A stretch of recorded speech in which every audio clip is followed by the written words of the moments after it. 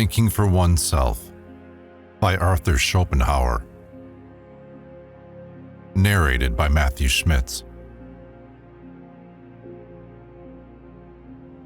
The largest library in disorder is not so useful as a smaller but orderly one. In the same way, the greatest amount of knowledge, if it has not been worked out in one's own mind, is of less value than a much smaller amount that has been fully considered. For it is only when a man combines what he knows from all sides and compares one truth with another that he completely realizes his own knowledge and gets it into his power.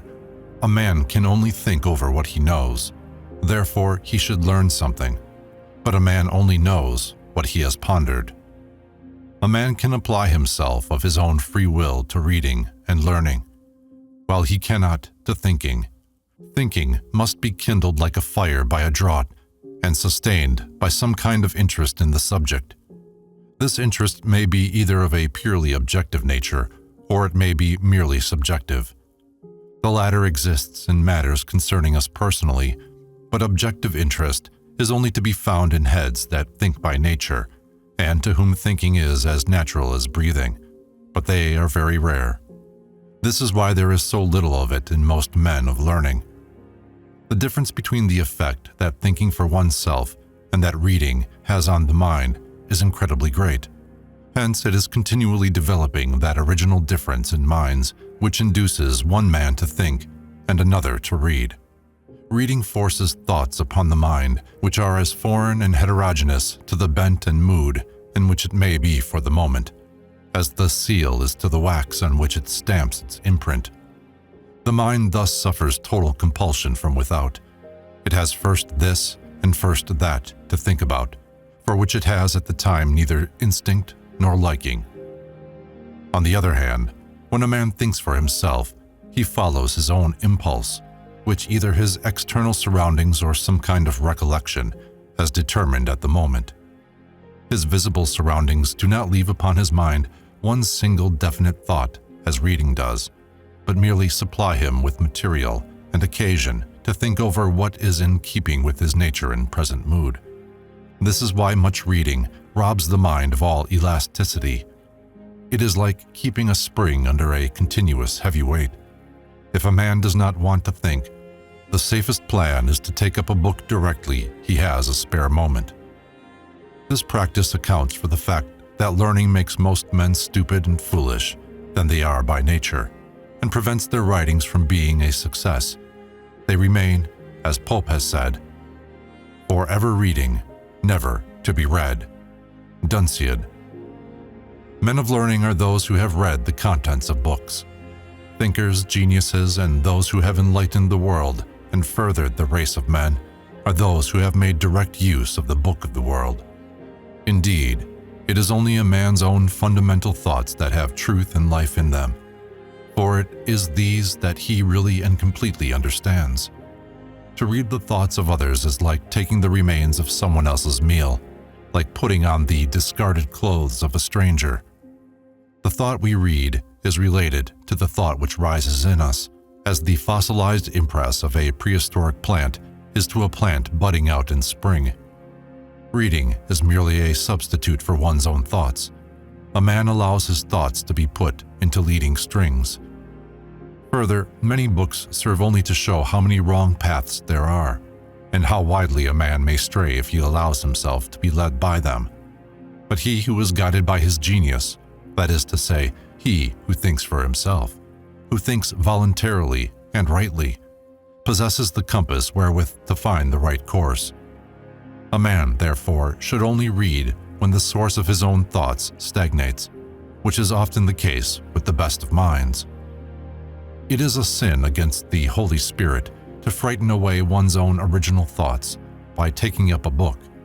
It is the same as a man flying from nature to look at a museum of dried plants or to study a beautiful landscape in copperplate. A man at times arrives at a truth or an idea after spending much time in thinking it out for himself, linking together his various thoughts, when he might have found the same thing in a book. It is 100 times more valuable if he has acquired it by thinking it out for himself, for it is only by his thinking it out for himself that it enters as an integral part, as a living member into the whole system of his thought, and stands in complete and firm relation with it, that it is fundamentally understood with all its consequences and carries the color, the shade, the impress of his own way of thinking, and comes at the very moment just as the necessity for it is felt, and stands fast and cannot be forgotten. This is the perfect application, nay, interpretation of Goethe's "Was du erbt von denen Watern hast, erbesum es zu besitzen." The man who thinks for himself learns the authorities for his opinions only later on, when they serve merely to strengthen both them and himself, while the book philosopher starts from the authorities and other people's opinions, therefore constructing a whole for himself, so that he resembles an automaton whose composition we do not understand. The other man, the man who thinks for himself, on the other hand, is like a living man as made by nature. His mind is impregnated from without, which then bears and brings forth its child. Truth that has been merely learned adheres to us like an artificial limb, a false tooth, a waxen nose, or at best, like one made out of another's flesh. Truth which is acquired by thinking for oneself is like a natural member. It alone really belongs to us. Here we touch upon the difference between the thinking man and the mere man of learning. Therefore, the intellectual acquirements of the man who thinks for himself are like a fine painting that stands out, full of life, that has its light and shade correct, the tone sustained, and perfect harmony of color. The intellectual attainments of the merely learned man, on the contrary, resemble a big palette covered with every color, at most systematically arranged, but without harmony, relation, and meaning.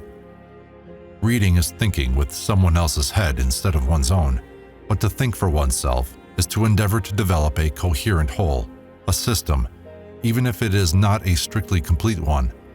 Nothing is more harmful than, by dint of continual reading, to strengthen the current of other people's thoughts. These thoughts, springing from different minds, belonging to different systems, bearing different colors, never flow together of themselves into a unity of thought, knowledge, insight, or conviction, but rather cram the head with a Babylonian confusion of tongues. Consequently, the mind becomes overcharged with them and is deprived of all clear insight and almost disorganized. This condition of things may often be discerned in many men of learning, and it makes them inferior in sound understanding, correct judgment, and practical tact to many illiterate men who, by the aid of experience, conversation, and a little reading, have acquired a little knowledge from without, and made it always subordinate to, and incorporated it with, their own thoughts. The scientific thinker also does this to a much greater extent. Although he requires much knowledge and must read a great deal, his mind is nevertheless strong enough to overcome it all, to assimilate it, to incorporate it with the system of his thoughts, and to subordinate it to the organic relative unity of his insight, which is vast and ever-growing. By this means, his own thought, like the bass in an organ, always takes the lead in everything, and is never deadened by other sounds, as is the case with purely antiquarian minds, where all sorts of musical passages, as it were, run into each other, and the fundamental tone is entirely lost. The people who have spent their lives in reading and acquired their wisdom out of books resemble those who have acquired exact information of a country from the descriptions of many travelers. These people can relate a great deal about many things, but at heart they have no connected, clear, sound knowledge of the condition of the country, while those who have spent their life in thinking are like the people who have been to that country themselves. They alone really know what it is they are saying, know the subject in its entirety, and are quite at home in it. The ordinary book philosopher stands in the same relation to a man who thinks for himself as an eyewitness does to the historian.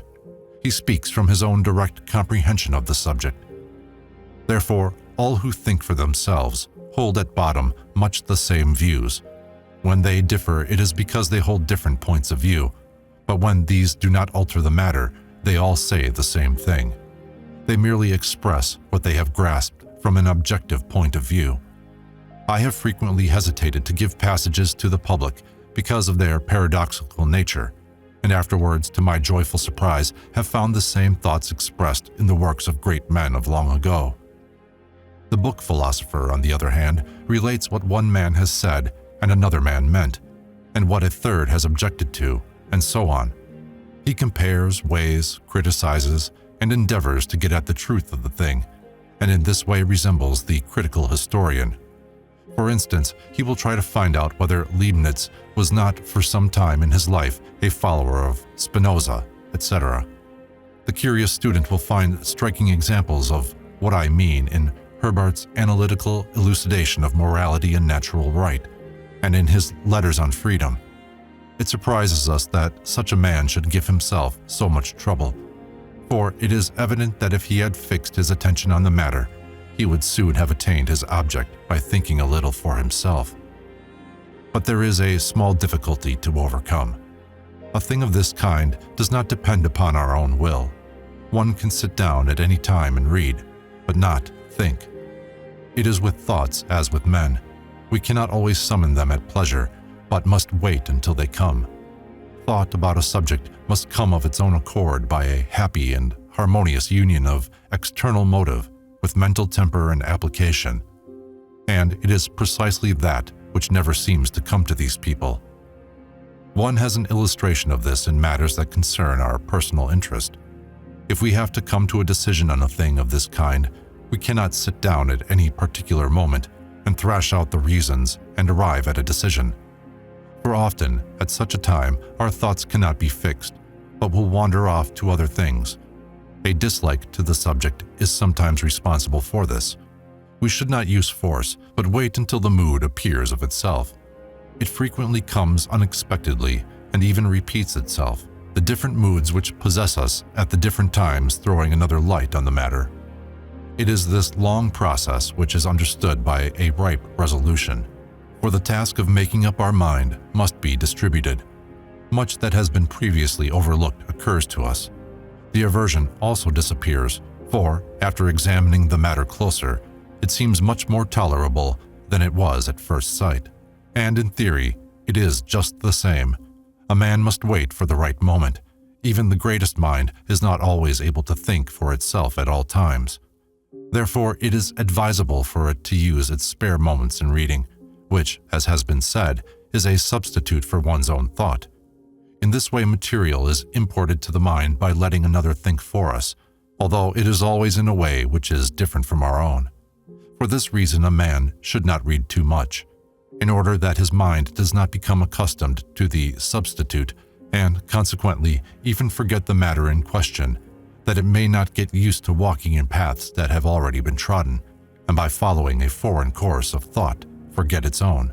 Least of all should a man for the sake of reading entirely withdraw his attention from the real world, as the impulse and temper which lead one to think for oneself proceed oftener from it than from reading. For it is the visible and real world in its primitiveness and strength that is the natural subject of the thinking mind, and is able more easily than anything else to rouse it. After these considerations, it will not surprise us to find that the thinking man can easily be distinguished from the book philosopher by his marked earnestness, directness, and originality, the personal conviction of all his thoughts and expressions. The book philosopher, on the other hand, has everything second-hand. His ideas are like a collection of old rags obtained anyhow. He is dull and pointless, resembling a copy of a copy. His style, which is full of conventional, nay, vulgar phrases and current terms, resembles a small state where there is a circulation of foreign money because it coins none of its own. Mere experience can as little as reading take the place of thought. Mere empiricism bears the same relation to thinking as eating to digestion and assimilation. When experience boasts that it alone, by its discoveries, has advanced human knowledge, it is as though the mouth boasted that it was its work alone to maintain the body. The works of all really capable minds are distinguished from all other works by a character of decision and definiteness, and, in consequence, of lucidity and clearness. This is because minds like these know definitely and clearly what they wish to express, whether it be in prose, in verse, or in music. Other minds are wanting in this decision and clearness, and therefore may be instantly recognized. The characteristic sign of a mind of the highest standard is the directness of its judgment. Everything it utters is the result of thinking for itself. This is shown everywhere in the way it gives expression to its thoughts. Therefore it is, like a prince, an imperial director in the realm of intellect. All other minds are mere delegates, as may be seen by their style, which has no stamp of its own. Hence, every true thinker for himself is so far like a monarch. He is absolute and recognizes nobody above him. His judgments, like the decrees of a monarch, spring from his own sovereign power and proceed directly from himself. He takes as little notice of authority as a monarch does of a command. Nothing is valid unless he has himself authorized it. On the other hand, those of vulgar minds, who are swayed by all kinds of current opinions, authorities, and prejudices, are like the people which in silence obey the law and commands. The people who are so eager and impatient to settle disputed questions by bringing forward authorities are really glad when they can place the understanding and insight in someone else in the field in place of their own, which are deficient. Their number is legion.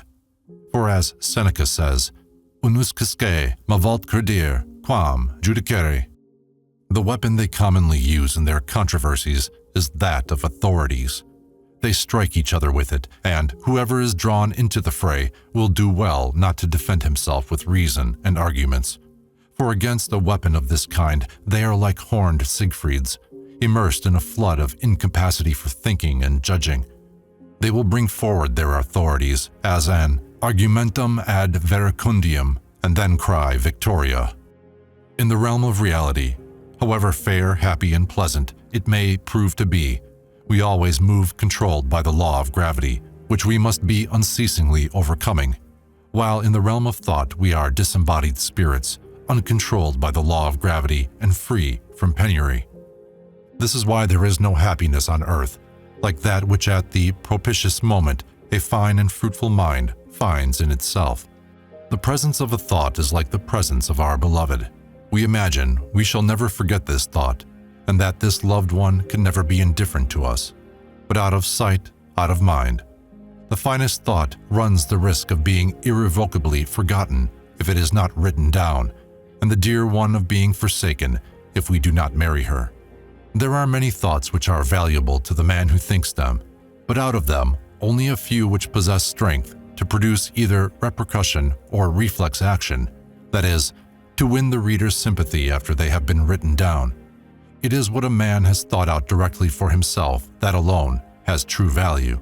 Thinkers may be classed as follows: those who, in the first place, think for themselves, and those who think directly for others. The former thinkers are the genuine. They think for themselves in both senses of the word. They are the true philosophers. They alone are in earnest. Moreover, the enjoyment and happiness of their existence consist in thinking. The others are the sophists. They wish to seem and seek their happiness in what they hope to get from other people. Their earnestness consists in this. To which of these two classes a man belongs is soon seen by his whole method and manner. Lichtenberg is an example of the first class, while Herder obviously belongs to the second. When one considers how great and how close to us the problem of existence is, this equivocal, tormented, fleeting, dreamlike existence, so great and so close that as soon as one perceives it, it overshadows and conceals all other problems and aims, and when one sees how all men, with a few and rare exceptions, are not clearly conscious of the problem, nay, do not even seem to see it, but trouble themselves about everything else rather than this, and live on taking thought only for the present day and the scarcely longer span of their own personal future, while they either expressly give the problem up or are ready to agree with it by the aid of some system of popular metaphysics, and are satisfied with this. When one, I say, reflects upon this, so may one be of the opinion that man is a thinking being only in a very remote sense, and not feel any special surprise at any trait of thoughtlessness or folly, but know, rather, that the intellectual outlook of the normal man indeed surpasses that of the brute. whose whole existence resembles a continual present without any consciousness of the future or the past. But, however, not to such an extent as one is wont to suppose. And corresponding to this, we find in the conversation of most men that their thoughts are cut up as small as chaff, making it impossible for them to spin out the thread of their discourse to any length. If this world were peopled by really thinking beings, noise of every kind would not be so universally tolerated, as indeed the most horrible and aimless form of it is. If nature had intended man to think, she would not have given him ears, or at any rate, she would have furnished them with airtight flaps like the bat, which for this reason is to be envied. But in truth, man is like the rest, a poor animal, whose powers are calculated only to maintain him during his existence. Therefore he requires to have his ears always open to announce of themselves, by night as by day, the approach of the pursuer.